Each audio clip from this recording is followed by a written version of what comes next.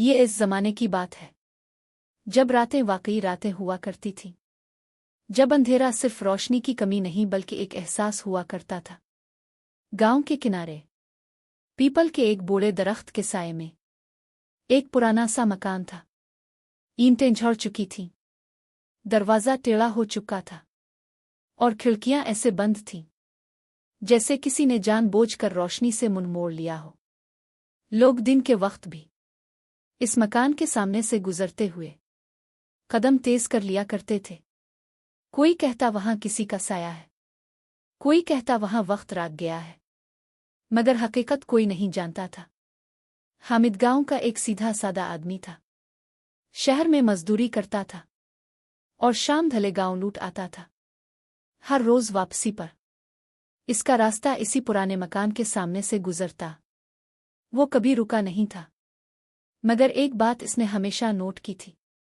مغرب کے بعد اس مکان کی ایک کھڑکی میں ہلکی سی روشنی ضرور جلتی تھی، نہ کبھی تیز، نہ کبھی مکمل اندھیری، بس ایک مدھم سا چراغ۔ ایک شام جب آسمان پر بادل نیچے جھکے ہوئے تھے اور ہوا میں نمی تھی، حامد کے قدم خود بخود سست ہو گئے۔ آج گاؤں میں غیر معمولی خاموشی تھی۔ کتے نہیں بھونک رہے تھے، پرندے بھی جلدی لوٹ آئے تھے۔ وہ راگ گیا۔ کھڑکی میں آج بھی وہی مدھم روشنی تھی۔ دل میں ایک عجیب سا بوجھ محسوس ہوا، جیسے کوئی برسوں سے پکار رہا ہو۔ حامد نے دروازے پر ہاتھ رکھا۔ دروازہ چرچراتا ہوا کھلا، جیسے برسوں بعد کسی نے اسے چھوا ہو۔ اندر داخل ہوتے ہی ایسا لگا جیسے وقت پیچھے کی طرف چل پڑا ہو۔ کمرے میں مٹی کی بو تھی، دیواروں پر نمی کے نشان، ایک کونے میں ٹوٹی ہوئی کرسی اور دیوار پر ایک پرانی گھڑی جس کی سوئیاں برسوں پہلے رک چکی تھیں۔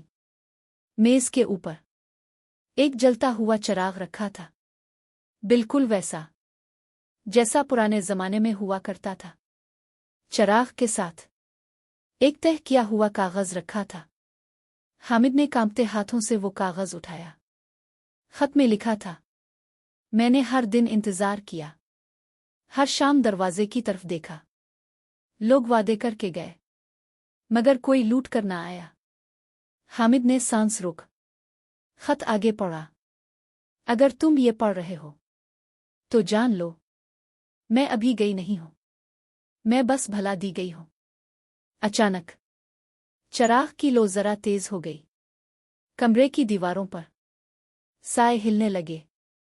حامد کو لگا جیسے کوئی آہستہ آہستہ چل رہا ہو، مگر کمرے میں کوئی نظر نہیں آیا۔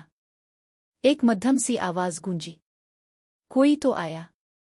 حامد کے قدم زمین نے جیسے جم گئے۔ آواز پھر آئی، اس بار اور قریب۔ میں نے صرف انتظار کیا تھا، کوئی گناہ نہیں کیا تھا۔ حامد کی آنکھیں بھر آئیں، بغیر یہ جانے کہ کیوں۔ چراغ کی لو کانپنے لگی، پھر سب کچھ خاموش ہو گیا۔ حامد باہر نکلا اور تیزی سے گھر کی طرف چل پڑا۔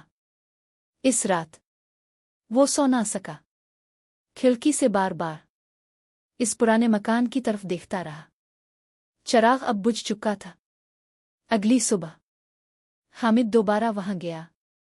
دروازہ بند تھا، کھڑکیاں بند تھیں اور اندر مکمل اندھیرا تھا۔ ایسا لگ رہا تھا جیسے کل کی رات کبھی ہوئی ہی نہ ہو، مگر اب حامد بدل چکا تھا۔